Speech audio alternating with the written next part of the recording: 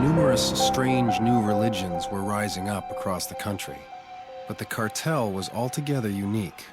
On the ride to Vegas, I learned they simply wanted to return the world to the way it was. Economic purists who put their faith in a free market economy to restore social order. Any deviation from their strict policy was not tolerated. Please, I'm really sorry, Mr. Graves. I won't... No, you won't. You're fired. I was expecting Graves to dump the berserker out there too, but he said that would be bad business. People need three things: food, shelter, and protection. The cartel distributed the first, the world had plenty of the second, and Vegas now provided the third, in its own twisted way. The Strip had become a penal colony for convicted criminals like the berserker. In exchange for supplies, the cartel removed convicts from their communities and transported them here.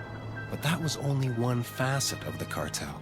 According to Graves, it was the cartel who set up the word wall. They tapped phone lines across the country and were transmitting survivors' messages in Morse code, plugging into the main artery of supply and demand.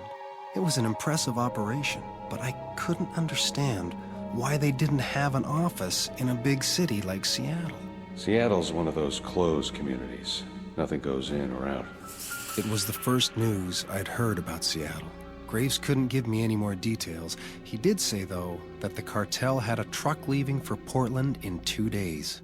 But just when home seemed so close, my past once again conspired against me.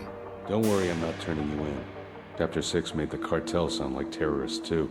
But you're not helping yourself any by naming your group the Suicide Squad. What are you talking about? They caught one of your guys in Tulsa, torched a warehouse, took out some train tracks, said he worked for the Walker. A terrorist group? Using my name?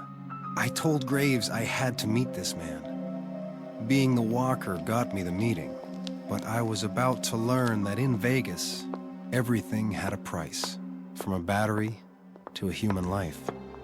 And the myth I'd created came with a steeper price than I ever imagined. Russell? I knew you'd come.